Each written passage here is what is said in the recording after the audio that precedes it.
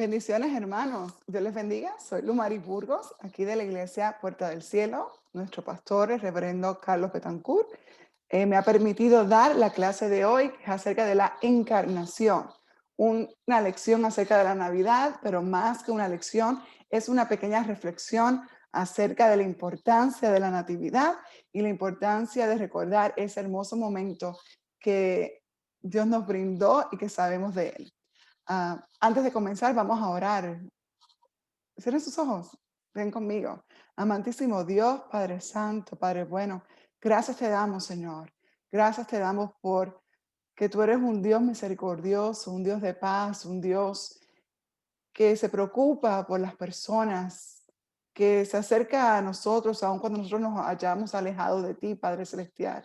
Te doy gracias. Gracias por enviar a tu Hijo, Padre Celestial, al mundo para salvarnos, para acercarnos a ti, para darnos esperanza, vida y vida en abundancia, Señor.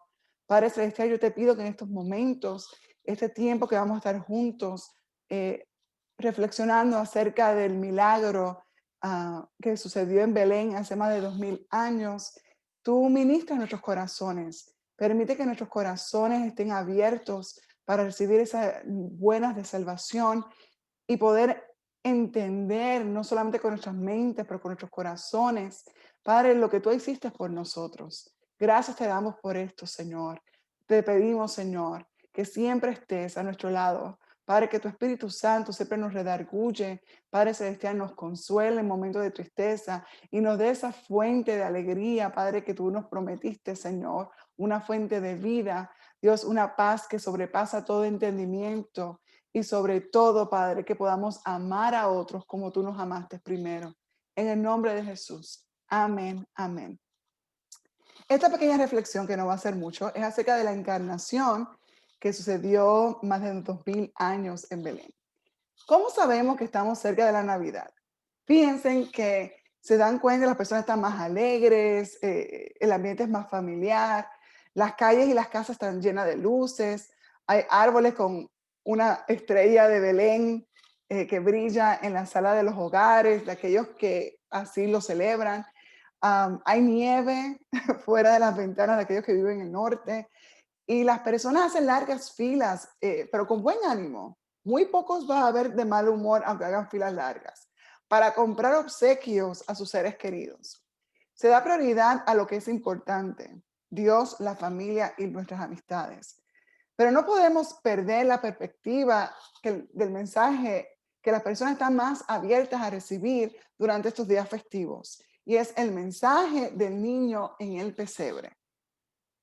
Para aquellos que celebramos la Navidad, entendemos que el mundo nos está permitiendo no solamente celebrar con nosotros este momento, pero sí el de poder compartir con otros el mensaje de salvación. ¿Cuál es este mensaje? Tenemos que entender cuál es la verdadera historia que debemos conmemorar.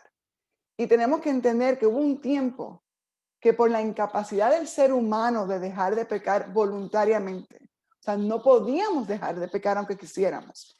El ser humano estaba condenado a vivir lejos de Dios y sin esperanza de una relación plena. Esa es la parte clave, una relación plena, sin ataduras, sin obstáculos, sin culpas entre Dios, el Creador, y nosotros, su creación. Dios en su infinita omnipresencia y omnisciencia vio el pasado, el presente y el futuro de la humanidad y se dio cuenta, como dicen Romanos, que no había justo ni aún uno. No había quien entienda, no hay quien busque a Dios. Todos se desviaron y aún nos se hicieron inútiles. No podíamos acercarnos a Dios, nos hicimos inútiles, no podíamos hacerlo. No hay quien haga lo bueno, no hay ni siquiera uno. Y esto es muy triste si entendemos realmente nuestra condición pecadora. En mis momentos más altos en mi vida, sigues estando corto ante la santidad de Dios y la benevolencia de Dios.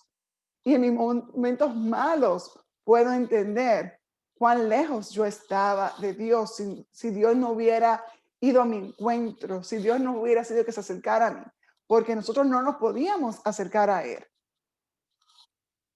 Por lo tanto, Dios desde Adán y Eva crea un plan para restaurar la relación entre el hombre y él. Fíjense que desde Adán y Eva, cuando ellos se dieron cuenta que estaban desnudos, habían caído en el pecado de desobedecer, porque realmente ese es el gran pecado, el desobedecer el mandamiento de Dios. Dios sacrifica un animal para poder vestirlos a ellos. Y eso, en cierta manera, es como símbolo de lo que iba a venir. Y es que debía haber un sacrificio, el cual pagara por nuestras culpas. Pero no importa el animal perfecto que yo encontrara, solamente cubría por un tiempo mi pecado. Pero mi condición humana pecadora volvía a surgir y por lo tanto seguía alejada de Dios. Este plan divino de Dios también lo vemos en los sacrificios cuando se crea el templo y el holocausto hacia Dios. Y debía haber un sacrificio perfecto para pagar nuestras culpas y los pecados que nos estaban alejando de Dios. Pero por más perfecto que encontráramos ese cordero no podría cubrirnos más de 24 horas nuestro pecado. No nos perdonaba realmente, solamente nos daba un poco de chance para seguir tratando de aprender cómo acercarnos a Dios. Entre tanto, el ser humano buscaba a un salvador que viniese a salvarlo, muchos de ellos de liberación política, de este gobierno que nos estaba atacando, humillando. Otras personas estaban buscando este líder religioso que solamente iba a seguir las ideas de Moisés o la ley que Dios le había dado a Moisés. Pero ninguno de ellos, ni los profetas que hablaban acerca del Mesías, ni David, ni el mismo Moisés, hubiesen imaginado lo que usted y yo sabemos hoy en día y lo que iba a venir a esa ciudad pequeña de Belén, de Judea, que era la ciudad de David. Y es acerca de Emmanuel. Emmanuel, Dios con nosotros. No iba a nacer un hombre que nos iba a ayudar. Iba a nacer Dios, el eterno Dios, iba a nacer e iba a estar con nosotros. Emmanuel, Dios con nosotros. Juan capítulo 1, versículo 14 dice, y aquel verbo fue hecho carne. ¿Cuál es ese verbo? El verbo que en el versículo 1 dice que el verbo estaba desde el principio con Dios, que el verbo estaba con Dios y el verbo era Dios. Las grandes sorpresas o el gran misterio de Cristo es que Cristo no era un ser humano cualquiera, Él era Dios encarnado, Dios tomando forma de hombre, de creador a creado, de el que todo lo sostenía, ahora iba a ser sostenido por María. Iba a depender de María para beber, para comer, para cambiar el pañal. El Dios que todo lo llenaba, ahora tenía que limitarse a las épocas y los seasons, ¿verdad? Las temporadas de lo que es la vida de un ser humano. Pero nadie podía imaginarse que ese bebé, que muchos lo veían como el gran nuevo rey, ¿verdad que sí? Los magos que llegaron tal vez un año y medio después, no durante el pesebre, buscaban este nuevo rey. Jamás se iban a imaginar que no era al rey que estaban encontrando, sino a Dios mismo el que ellos estaban encontrando. ¿Para qué? Me gusta esta imagen. Porque dice en Filipenses que en nosotros debe haber el mismo sentir que había en Cristo, el cual siendo en forma de Dios, no estimó el ser igual a Dios como cosa que aferrarse, sino que se despojó a sí mismo. Él era Dios y se despoja, se quita esa divinidad y se forma como un siervo. Volvemos de creador a creación, ¿verdad? Y se hizo semejante a ti y a mí. Y se convirtió en ser vulnerable como tú y yo. Y estando en la condición de hombre, se humilló a sí mismo, él mismo. Se permitió bajar a lo más profundo. ¿Cómo? A ser obediente hasta la muerte. Y esta muerte, muerte de cruz, que era la muerte más triste de esta época. Me gusta esta imagen porque nos recuerda dos cosas hermosas que también celebramos en la Pascua. Y es la muerte de Cristo, el cual perdona y paga mi pecado, me acerca al Padre, pero también la tumba que se está viendo, ven la tumba, la piedra, y es acerca de la resurrección de Cristo. No solamente Él me da la confianza de poder entrar al trono blanco, o sea, el de poder tener una relación con Dios directa, sin obstáculos, sin sentimiento de culpa, me puedo acercar a Dios porque ya Jesús perdonó mis pecados, pero también me da la esperanza que aún después de la muerte yo voy a estar con Él, porque si Él resucitó, yo voy a resucitar y voy a estar con Él. Bendito sea el Señor. O sea, ni la muerte me va a separar de Dios. Ese es el gran plan divino que Dios había hecho desde la creación del mundo para que tú y yo pudiéramos estar con Él. Amén. Pero todo esto no pudo haber empezado si el plan divino no se hubiese materializado en Belén. Y hay tantas cosas hermosas que podríamos estudiar y yo creo que sería bonito que ustedes lo hicieran con su familia, el de analizar qué simboliza la estrella, qué simboliza José, María, el pesebre, los pastores, los reyes que llegaron después, o los reyes magos, o los magos, como ustedes los quieran llamar, esos ángeles que se les acercan a estos pastores que estaban pastoreando sus ovejas, que en esa época ser pastor no era tan grande, tan maravilloso, que nos enseña que Dios no le importa nuestras clases sociales, Dios lo que le importa es tu corazón, el traerte buenas nuevas. Y es lo que tenemos que recordar. A mí siempre me gustó mucho este texto en Lucas capítulo 2, porque dice que los pastores estaban temerosos cuando ven los ángeles cantando y decían, gloria a Dios en las alturas, en la tierra paz. O sea, Jesús traía paz y buenas nuevas para los hombres. Y dice que un ángel se les acerca a ellos y les dice, no temáis, porque he aquí os doy nuevas de gran gozo. La Navidad nos tiene que traer gozo. Una persona famosa que dijo, a mí me gustaría que la Navidad se pudiera poner en jarras, que la gente pudiera abrir esas jarras todos los meses y recibir ese olor y esa alegría y ese gozo. Pero ese gozo que mucha gente piensa que es, las luces, no, es el gozo de las buenas nuevas, de que Cristo, Dios, vino a la tierra para estar con nosotros. Y dice que será para todo el pueblo, que os ha nacido hoy en la ciudad de David. O sea, se está cumpliendo todas esas profecías que el Señor había dicho acerca del gran Mesías. Un Salvador, no dos, no tres. Solamente hay un camino, un Salvador, que es Cristo. Cristo significa Mesías, el ungido, el que Dios había elegido. Y el Señor.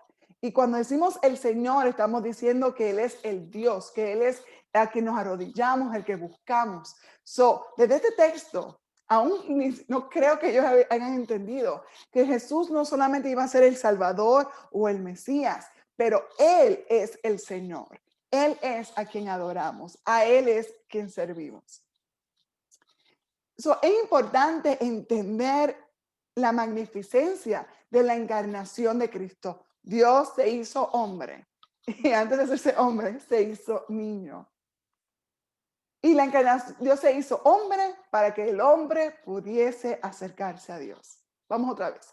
Dios se hizo hombre para que el hombre pudiese acercarse a Dios. Qué hermoso es la Navidad. Y no podemos perder de perspectiva cuando estemos celebrando con nuestros familiares que el verdadero regalo en la Navidad es que Dios vino a esta tierra para salvarnos.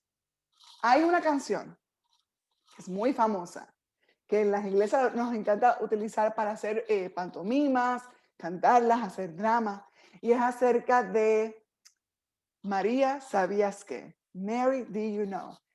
Y de todas las partes de esta canción, hay una parte que a mi hija y a mí nos encanta, porque creo que cierra realmente lo que es la encarnación. Y esta imagen que ustedes están viendo es esa parte de esa canción que ya me imagino que ya saben cuál frase es. Y es que dice, María, ¿sabías qué? Mary, do you know? Cuando besas el rostro de tu bebé, estás besando el rostro de Dios. Cuando besas el rostro de tu bebé, ella estaba besando el rostro de Dios. Dios con nosotros, Emmanuel. Y para cerrar, vayan y busquen la canción. Para cerrar, les comparto esta imagen y es acerca del actor que está haciendo la serie de Chosen. Si ustedes no han visto la serie de Chosen, les recomiendo que lo busquen. Lo pueden ver en Facebook, están los links, pero usted lo puede ver en una aplicación celular gratis. Si usted quiere que otras personas lo puedan ver gratis, usted puede ofrendar, pero si no, la ve gratis. Claro, no es verbal, palabra por palabra, sino que es una manera de enseñar la historia de Cristo de una manera diferente. Y es bonito que usted lo pueda comparar con la Biblia, decir, ok, esto sí pasó, esto pasó, pero no de esta manera. Pero me gusta cómo el actor actúa acerca de Jesús, o sea, en la mirada de Cristo, como Cristo miraba y llamaba a las personas. ¿Y por qué quiero poner esta imagen? Porque si hay algo que lo ponen a Cristo, es un Cristo que es accesible a las personas, accesible a aquellos que no merecíamos ser accesible a Él, a las mujeres, a los niños, a los pecadores, a los publicanos, los que cobraban impuestos, a los pescadores. Él se hizo accesible a aquellos que tal vez el mundo juzgaba como no dignos, no éramos dignos, ¿verdad que sí? Y con esto le quiero dar una anécdota. Mi abuela, que en paz descanse, mi abuela Mercedes, la mamá de mi papá, ella era una mujer de mucha oración. Yo intentaba orar con ella y no podía. Y oraba todos los días, por lo menos 3 y 4 horas. Yo ahora miro para atrás y digo, Dios mío, ella pensaría como Jesús pensó de los discípulos, ni una hora puedes orar conmigo. Ella oraba mucho. Ella vive un tiempo en mi casa, en la casa de mis papás, conmigo. Pero ella decía mucho acerca de 2 experiencias o 2 visiones que ella tuvo acerca de Cristo. Una fue cómo Dios la llamó a la iglesia pentecostal, muy bonita historia y muy personal de ella. Pero había otra visión que ella tuvo, otra experiencia con Dios que ella tuvo, que ella me lo dijo cuando yo tenía como 10 años y ahora voy para 40 y aún me recuerdo. Estamos hablando de casi 30 años. Y era de esas visiones que ella seguía repitiendo, porque así de impactantes fueron para la vida de ella. Que estando ya en sus 80 años y casi ya va a los 100, ella aún tenía claramente esa visión. Y es que ella estaba pasando por una situación muy difícil, muy difícil. Y en la visión ella escucha a Dios y le dice estas palabras. Yo siento lo que tú sientes. Cuando sonríes, yo estoy riendo. Cuando sollozas, yo estoy llorando. Porque tomé carne humana. Por eso yo siento lo que tú sientes.